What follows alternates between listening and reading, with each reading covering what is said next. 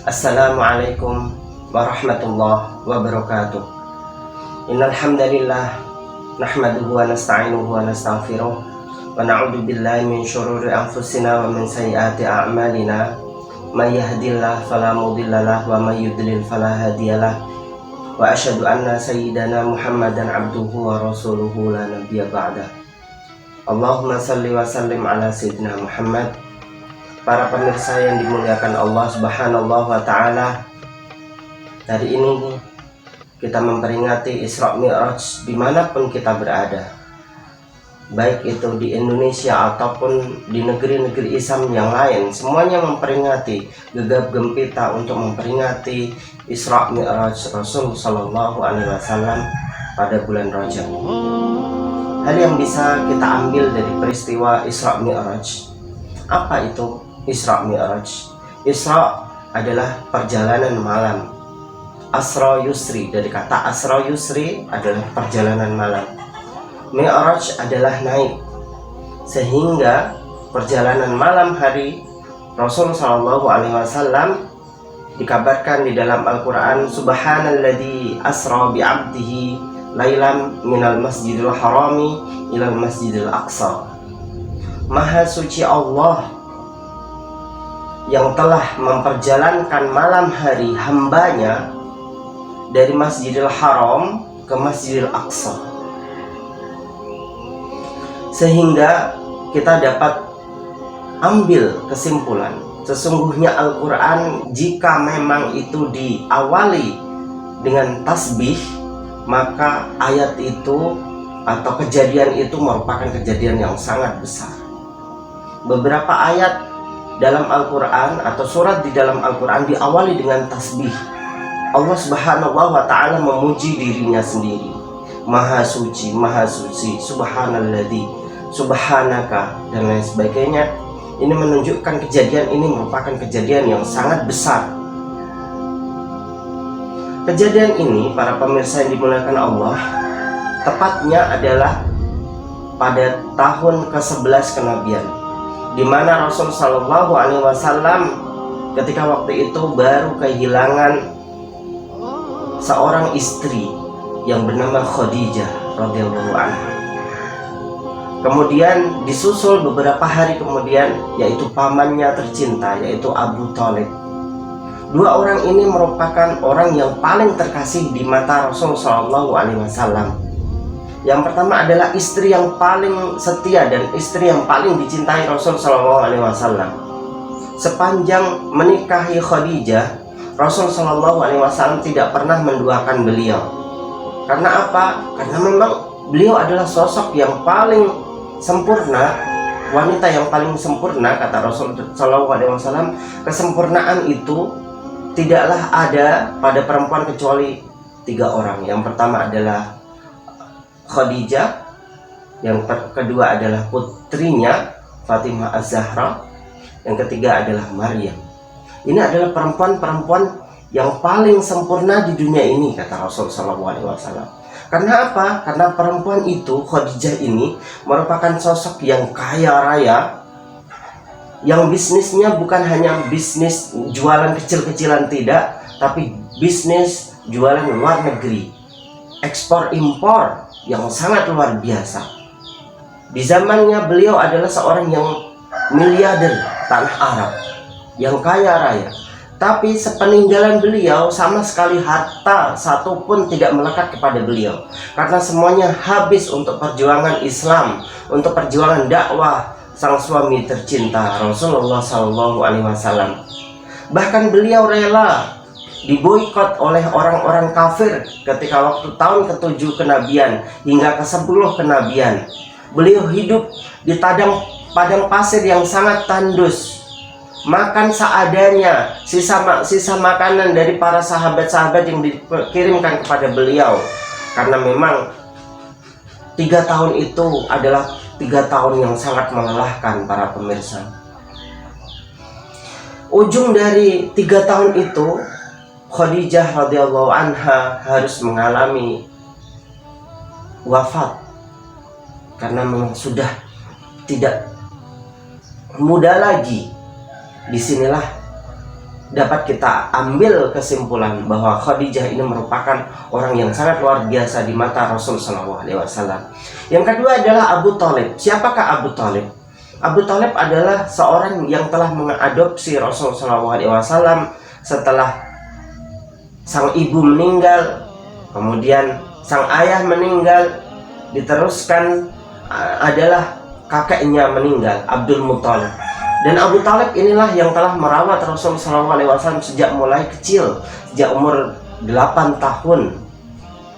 Dibesarkan dengan penuh kasih sayang, dikasih makan, dikasih pendidikan, diberikan tanggung jawab untuk menjadi seorang pengembala, hingga dinikahkan oleh seorang paman Abu Thalib. Ini betapa besar dan mulianya seorang paman Abu Thalib di mata Rasul Shallallahu Alaihi Wasallam. Namun ternyata Abu Thalib adalah seorang yang meninggal dalam kondisi kafir.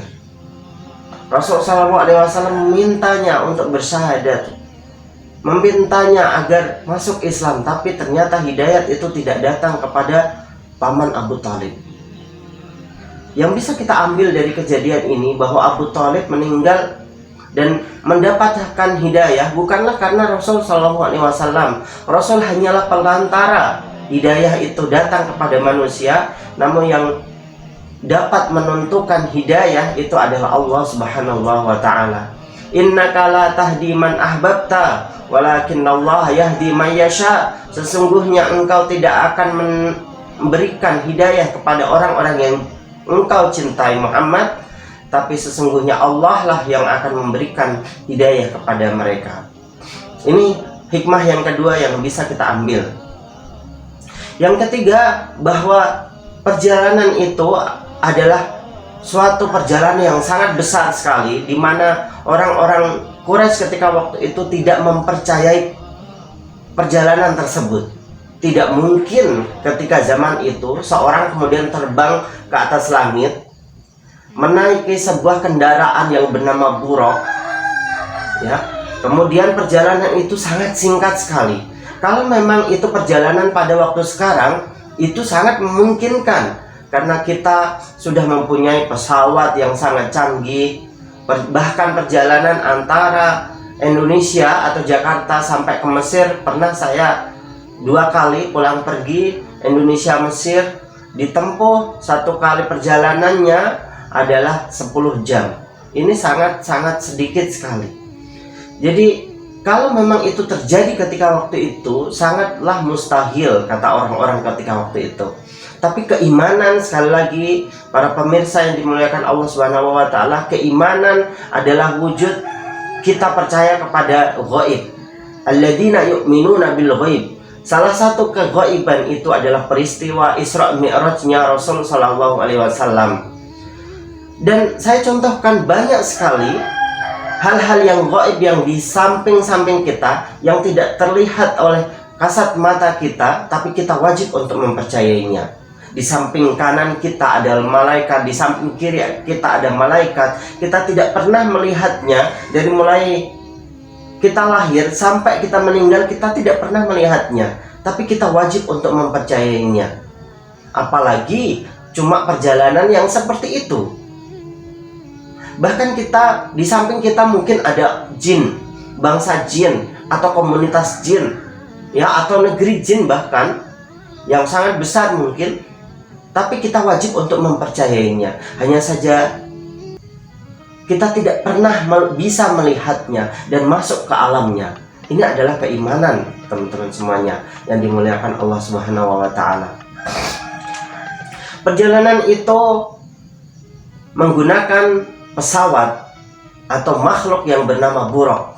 Apa itu buraq? Buraq adalah hewan yang berkaki 4, yang lebih kecil daripada kuda dan yang lebih besar daripada keledai. Nah, disinilah kita bisa menggambarkan mungkin setinggi apakah buraq yang mempunyai sayap di kanan kirinya, sehingga sekali kepakkan sayap, perjalanan itu secepat kilat. Maka disebut sebagai buraq. Buraq dari kata barkon, kilat. Ini luar biasa. Yang berikutnya bahwa kejadian ini adalah latar belakang di mana Rasul Shallallahu Alaihi Wasallam diperintahkan oleh Allah Subhanahu Wa Taala untuk menunaikan kewajiban yang bernama as-salah. Salat ini merupakan hal yang wajib pertama. Maka kalau memang kewajiban yang lain dibebankan kepada kita itu lewat malaikat Jibril, berbeda dengan kejadian yang namanya sholat. Kewajiban yang namanya sholat dibebankan oleh Allah Subhanahu Wa Taala, dipanggillah Rasul Shallallahu Alaihi Wasallam untuk menghadap pada Allah secara langsung, yang namanya Mi'raj, naik ke Sidratul Muntaha. Sidratul Muntaha adalah tempat di mana di bawah Arsy. Arsy adalah singgasana Allah Subhanahu Wa Taala. Itu juga hal-hal yang gaib yang wajib kita percayai. Dan Arsy itu adalah bersampingan langsung dengan yang namanya surga. Maaf, yang namanya Sidratul Muntaha adalah bersandingan langsung atau bersampingan langsung dengan yang namanya surga, seperti yang digambarkan oleh Allah Subhanahu Wa Taala dalam Al-Qur'annya. Inda Sidratul Muntaha indaha jannatul ma'wa id yaghsha sidrata ma yaghsha. Sidratul Muntaha adalah bersampingan langsung dengan yang namanya surga, sehingga orang yang sampai ke Sidratul Muntaha akan dapat melihat secara langsung bagaimanakah indahnya surga. Dan Rasul Shallallahu Alaihi Wasallam dapat melihatnya secara langsung dari matanya, secara langsung kasat matanya, meskipun beliau belum pernah meninggal ketika waktu itu. Kemudian yang bisa kita ambil dari peristiwa ini, peristiwa besar ini melatar belakangi yang namanya sholat. Sholat itu apa? Sholat adalah kewajiban pertama kali yang dibebankan oleh Allah Subhanahu Wa Taala kepada kita. Wa ma khalaqtul jinna wal insa illa liya'budun. Aku tidaklah menciptakan manusia dan jin kecuali mereka harus menghamba kepadaku, beribadah kepadaku, sholat kepadaku.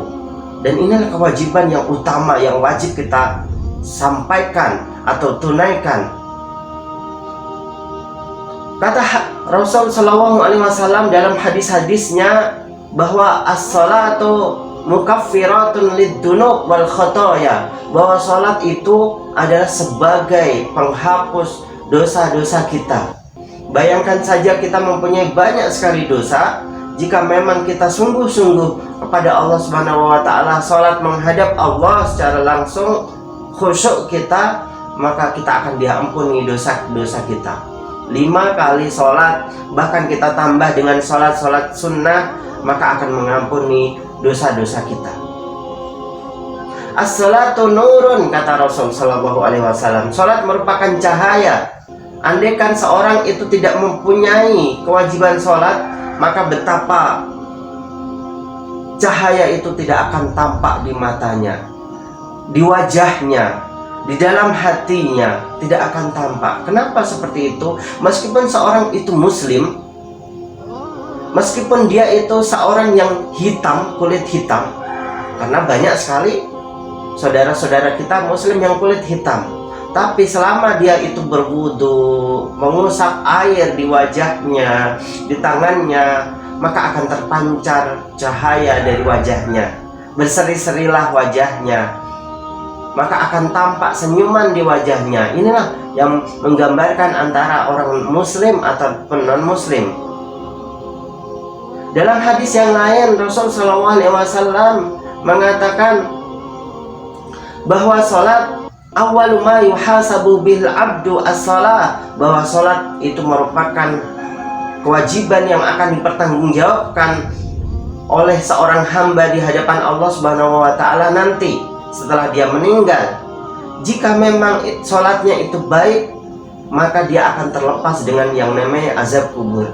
Tapi memang kalau memang seorang itu sholatnya kurang baik, maka dia akan mendapatkan siksa yang bertubi-tubi dari Allah Subhanahu Wa Taala di dalam kuburannya nanti, ataupun di akhirat nanti, yang berkali-kali lipat lebih dahsyat daripada azab yang ada di dalam kuburan.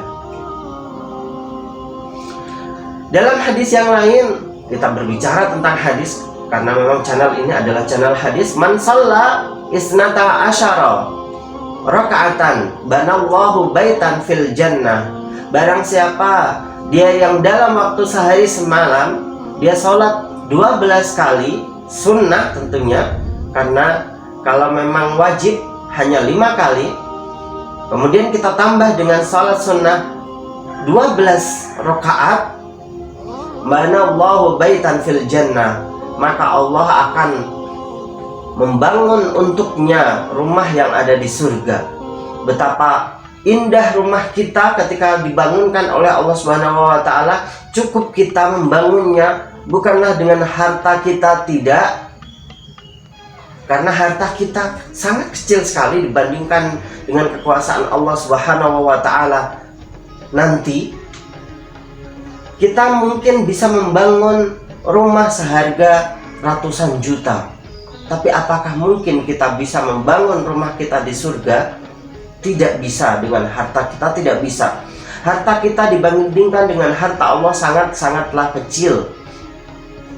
Maka bagaimana kita membuatnya?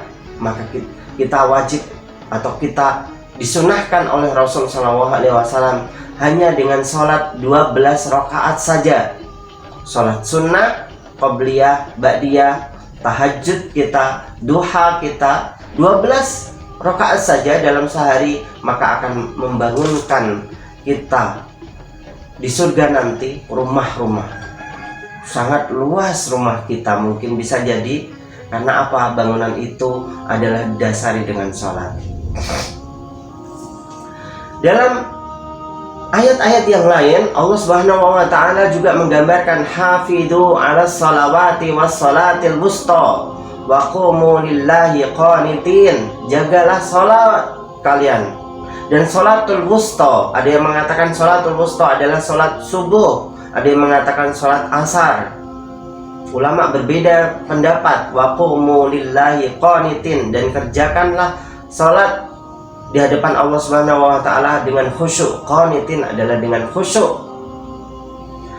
Kita diwajibkan ketika waktu mengangkat tangan Allahu Akbar, kita sematkan di hati kita rasa khusyuk kepada Allah Subhanahu wa taala. Kita tinggalkan dunia, jangan memikir apa-apun. Kita menghadap Allah. Jika memang kita menghadap seorang raja saja, kita harus siap-siap betapa indahnya pakaian kita di hadapan dia, apalagi ini adalah menghadap kepada Allah Subhanahu wa taala, raja di raja, kuat yang paling kuat, yang telah memberikan kita kehidupan, nyawa, harta, dunia, anak, istri, dan lain sebagainya. Ini yang harus kita sematkan ketika waktu kita mengangkat tangan untuk menghadap Allah Subhanahu wa taala. Kita tinggalkan apapun, kita hadapkan wajah kita kepada Allah Subhanahu wa taala.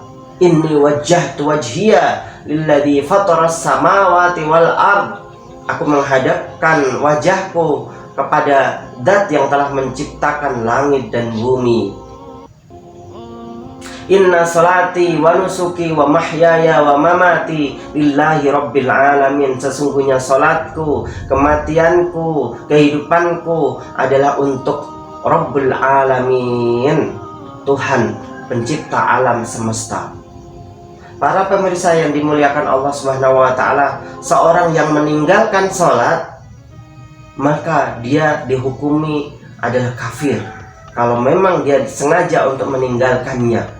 Al-farqu bainana wa bainam as-salat. Perbedaan antara orang muslim dan orang kafir adalah terletak pada salatnya. Jika memang dia salat, maka dia adalah seorang muslim. Kalau memang dia tidak salat, maka dia adalah orang kafir. Nauzubillah min dzalik. Ini yang bisa kita sampaikan dalam kesempatan ini, semoga bermanfaat untuk kita semuanya. Mari kita perbaiki salat kita, khusyuk kita, sehingga kita dapat menghadap Allah Subhanahu wa taala dengan qanitin, dengan khusyuk. Terima kasih. Wassalamualaikum warahmatullahi wabarakatuh.